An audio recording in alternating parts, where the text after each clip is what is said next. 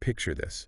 You're stranded on a desolate island at the edge of the world. Oh, that's a chilling thought. Your only hope. Okay. An 800-mile journey Wow. in a tiny open boat Oh my goodness. across the most treacherous seas imaginable. Sounds like a Hollywood thriller, right? Yeah. Well, that's just one chapter. Yeah. In the real life of Ernest Shackleton. Wow. Incredible. Today we're going deep into the life of this explorer, Okay. a man who embodied resilience, courage, and unwavering loyalty. Absolutely. We'll trace his path from restless youth Okay. to polar legend and uncover why his story still resonates almost a century after his death. Well, you know what's fascinating about Shackleton is that he attained this legendary status even though he never actually reached his ultimate goal, the South Pole. Right. His story isn't about ticking off, geographical milestones, but about leadership. I see. In the face of unimaginable adversity, it's a story with lessons for all of us, facing challenges, leading teams, or just looking for inspiration Right. in our own lives. So let's start at the beginning. Okay, sure. Where did this extraordinary journey begin? What made the man who would one day stare down death in the Antarctic? Well, his early life offers some insights. Shackleton was born in Ireland, 1874. It was a tumultuous time, especially for landowners like his family.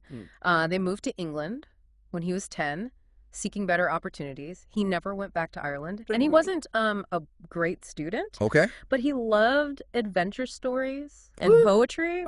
So maybe early signs of a yearning for something more. Perhaps. Yeah. And then at 16, a pivotal decision. He joins the Merchant Marine.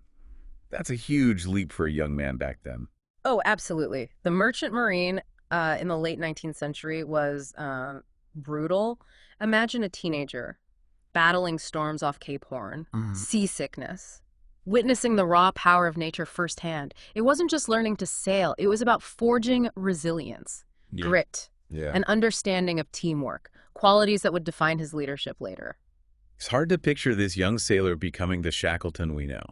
Yeah. The explorer, the leader, the public figure. And that's where his remarkable charisma comes in. He had this magnetic personality, drew people in. Yeah. After his first Antarctic experience, on an expedition led by Robert Falcon Scott, Shackleton returned to England Okay. and captivated audiences with his stories. He wasn't just an explorer. Right. He was a natural storyteller. This ability to inspire people fueled his ambition. So we have a young man, thirst for adventure, Yeah. a gift for storytelling, a growing fascination with the Antarctic. What was it about this region that captured his imagination, this frozen, unforgiving landscape? Well, the Antarctic in the early 20th century was the ultimate frontier, a vast, uncharted territory, Yeah. beckoning with promises of scientific discovery, national pride, and of course, personal glory. Right. Reaching the South Pole, that was the holy grail of exploration, Yeah. a feat to etch your name in history. And Shackleton, with his ambition and belief in himself, set his sights on it. And so begins the next chapter, leading expeditions, facing incredible challenges, forging a legacy that would transcend the goal itself. Let's discuss his first major leadership role, the Nimrod expedition of 1907. What were his goals, and how did this experience shape his approach to exploration and leadership? The Nimrod expedition was Shackleton's first independent venture into the Antarctic, a bold statement of his ambition. He aimed to not just reach the South Pole, but to surpass all previous records. His planning, while ambitious, was sometimes, shall we say, haphazard. For instance, he decided to bring a motorized vehicle A motorized vehicle. in the Antarctic. Yes, believing it could traverse the icy terrain. That seems a bit optimistic. It was. The vehicle, an Errol Johnston car, ended up being more of a hindrance than help. Oh. It shows Shackleton's willingness to embrace new technology, but also his occasional misjudgment of its practicality in extreme environments. They also didn't have enough skis, relied on ponies instead of dogs, highlighting their inexperience in polar travel. Okay. But despite these setbacks, the Nimrod expedition made some significant achievements. So despite the unconventional equipment choices, they made progress. What were some of the key achievements of this expedition? Well, they set a new farthest south record, getting closer to the pole than anyone before them. They also made important scientific observations, including the discovery of the Beardmore Glacier, a key route to the polar plateau. But they faced incredible hardships, blizzards, dwindling supplies, Right. and the constant threat of frostbite. And then, just 97 miles from the South Pole, Shackleton makes the gut-wrenching decision to turn back. To be that close and choose his men's lives over personal glory, that must have been incredibly difficult.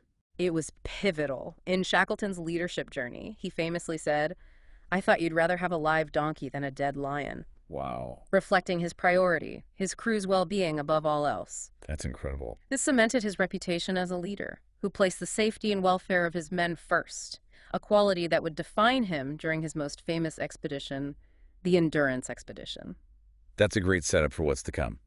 We'll delve into the incredible tale of the Endurance Expedition and its impact on Shackleton's legacy in the next part of our deep dive. It's a story of survival, resilience, and leadership in the face of almost unimaginable hardship. A story that continues to inspire people around the world. So we left off with Shackleton's agonizing decision to turn back from the South Pole during the Nimrod expedition, a decision that revealed his deep commitment to his crew's safety. Now let's plunge into his most harrowing and renowned expedition, the Endurance Expedition. What was he hoping to achieve this time? Well, with the Endurance Expedition, Shackleton set his sights on an even bolder objective: to be the first to cross the entire Antarctic continent. Wow. Imagine traversing this vast icy expanse, a journey of roughly 1,800 miles, on foot and by sledge.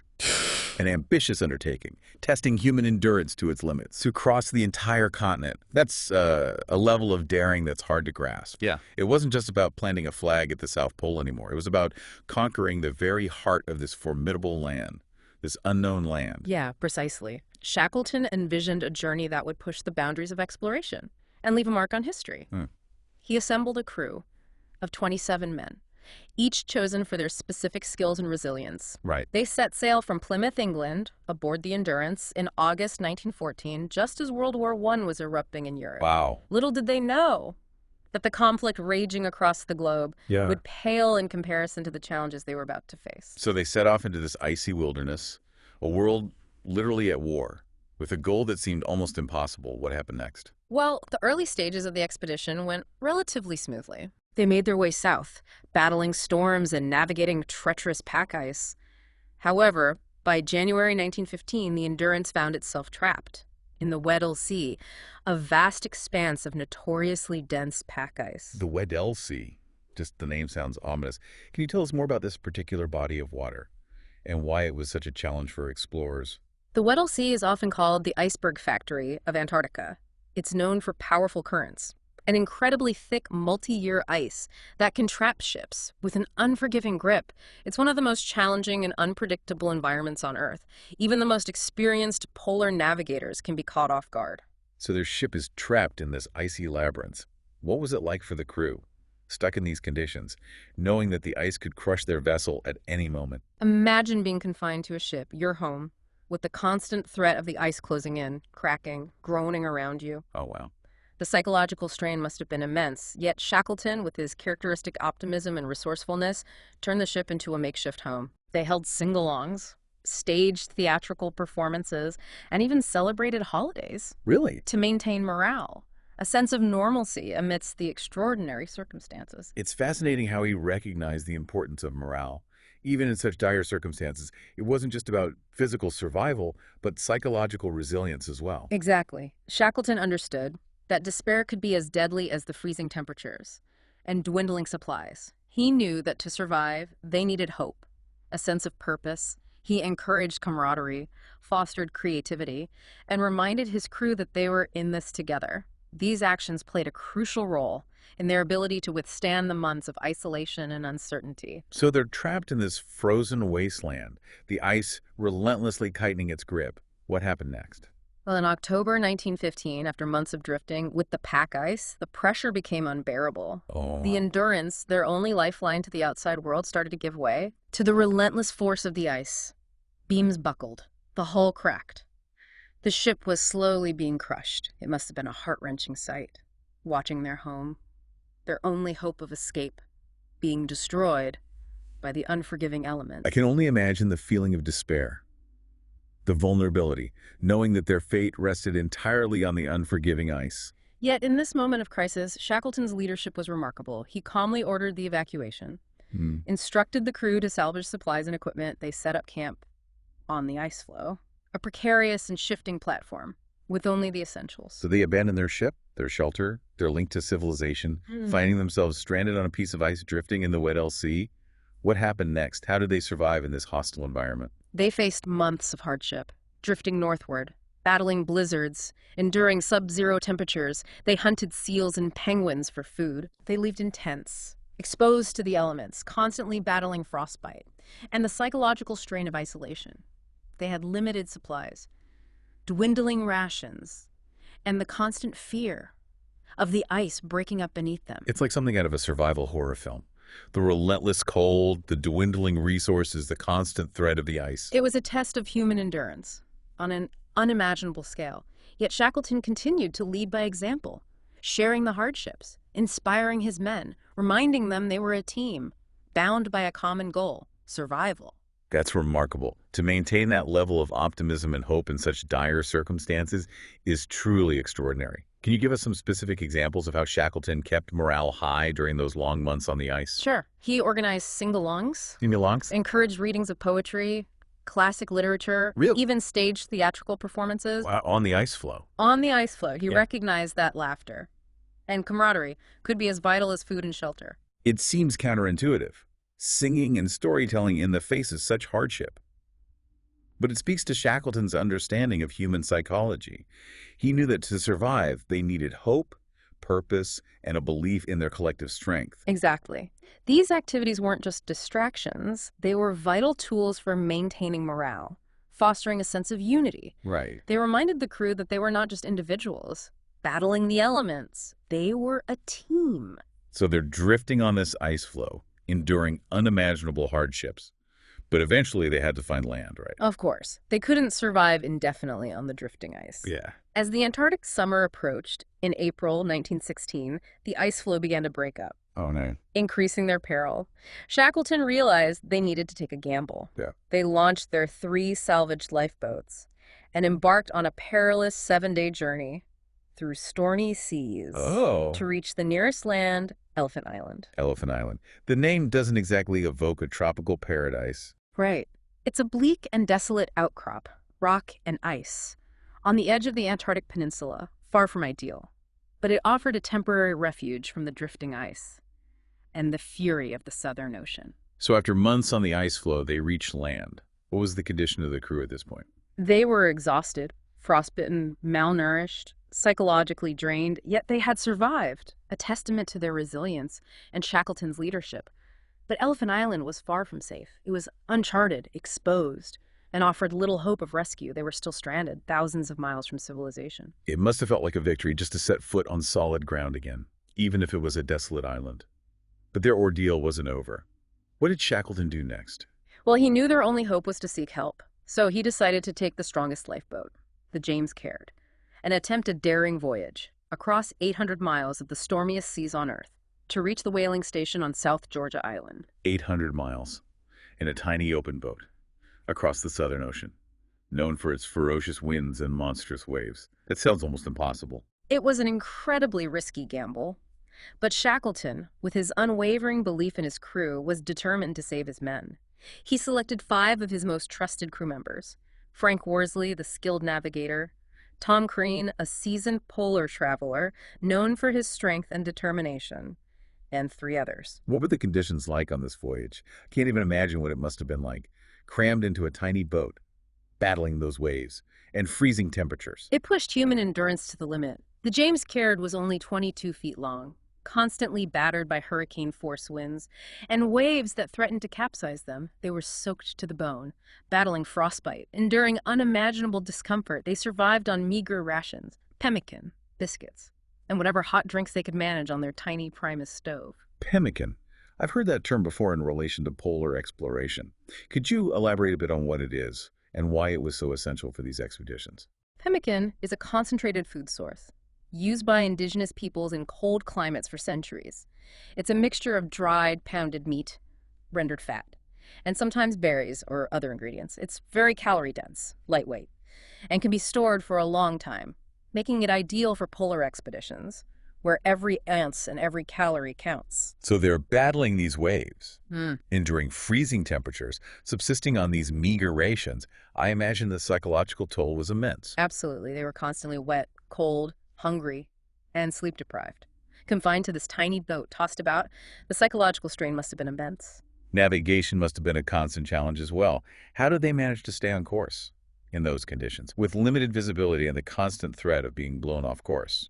This is where Frank Worsley's skill as a navigator was crucial. He used a sextant and chronometer to calculate their position, relying on the stars and the sun when they were visible.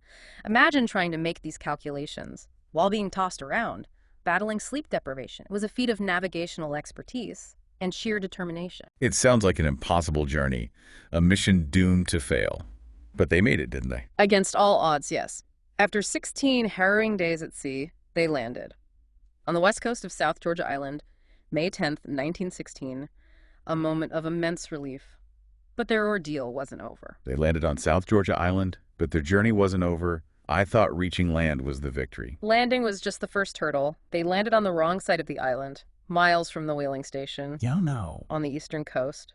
And between them, a treacherous mountain range, unmapped, covered in snow and ice. This was before GPS or reliable maps of South Georgia. So what did they do? Try to hike across this uncharted mountain range in their weakened condition. They did, leaving 3 men behind who Mhm. were too weak to continue. Shackleton, Worsley, and Tom Crean set off on a 36-hour trek. Across those mountains, they were exhausted, starving, and still recovering from their sea voyage. But Shackleton, driven by his determination, refused to give up. They must have been at their breaking point. To embark on such a trek after everything they had endured is almost unimaginable. It was a testament to their resilience, their willpower. They climbed mountains, traversed glaciers, navigated treacherous crevasses, all without proper equipment or maps. A feat of mountaineering that would challenge even the most experienced climbers today. So after this epic journey, Mm-hmm. this incredible display of human endurance, did they finally reach the whaling station? They did. They stumbled into the Stromness whaling station on the East Coast, bearded, frostbitten, looking like they had stepped out of a nightmare. The manager didn't even recognize Shackleton at first. It took a while for the news to sink in that these were the survivors of the Endurance, presumed lost for over a year. That must have been a moment of pure disbelief, followed by overwhelming joy and relief. They had defied all odds, achieved what seemed impossible. It was a moment of triumph, a testament to human resilience and Shackleton's leadership.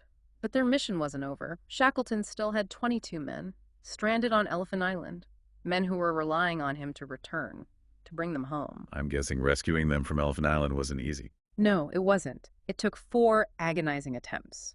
Before Shackleton could secure a vessel and break through the pack ice Wow. to reach his men, a race against time and the harsh Antarctic winter.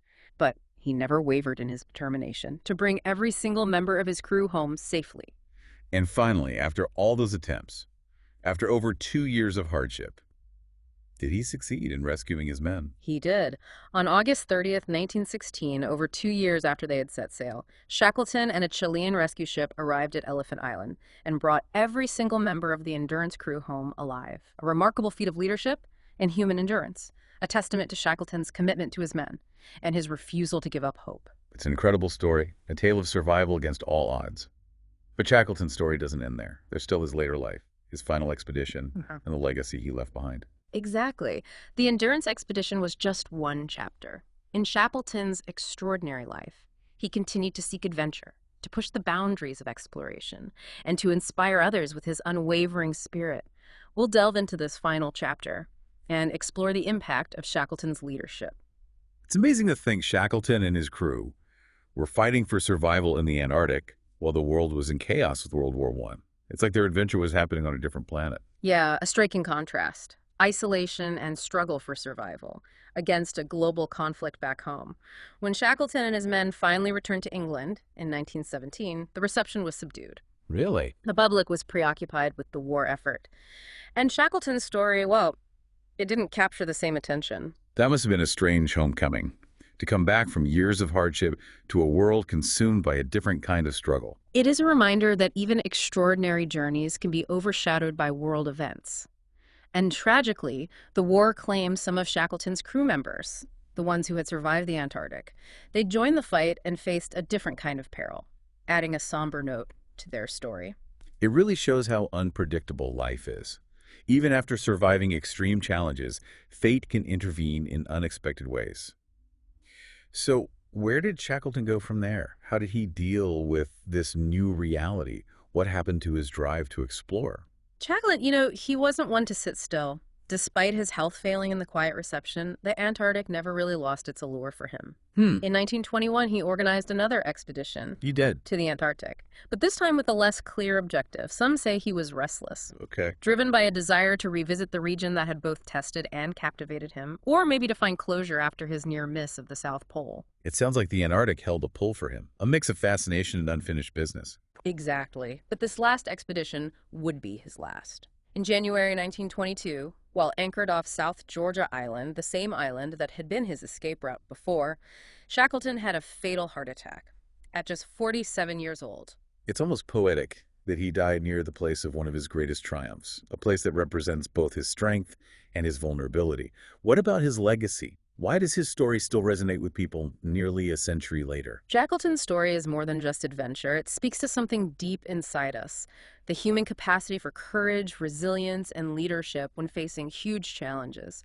He may not have reached the South Pole, but he did something much more important. He brought his men home alive. He was the essence of leadership, committed to the people under his command. His story is a reminder that true leadership isn't just about the destination. It's about the journey, the choices we make, and the people we bring along with us. What are the key takeaways from Shackleton's life? The lessons we can apply to our own lives, even if we're not facing life or death situations. Shackleton's leadership gives us a lot to think about. First, he understood the importance of a positive and resilient mindset. Even when things were at their worst, he kept his optimism, encouraged camaraderie, and reminded his crew of their purpose. Second, he led by example. He shared the hardships and never asked his men to do what he wouldn't do himself. This built trust and respect, creating a strong bond between him and his crew. Third, he made tough decisions, putting the well-being of his men above his own ambition. Like his decision to turn back from the South Pole. Yes, exactly. And lastly, he never gave up hope, even facing impossible odds. He stayed focused on finding a way forward, inspiring his men to keep going even when all seemed lost. So, as we wrap up our deep dive into the life of Ernest Shackleton, what's the one thing you hope our listeners take away? Shackleton's legacy is a reminder that even when things are hard, courage, resilience, and compassionate leadership can win.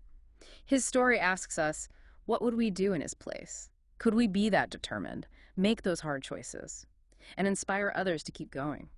It's a question worth thinking about as we face our own challenges, lead our own teams, and try to make a positive difference in the world. That's a great point. Shackleton's story reminds us that even when facing huge obstacles, the human spirit, with strong leadership and hope, can achieve incredible things. His legacy is one of courage, resilience, and the power of the human spirit.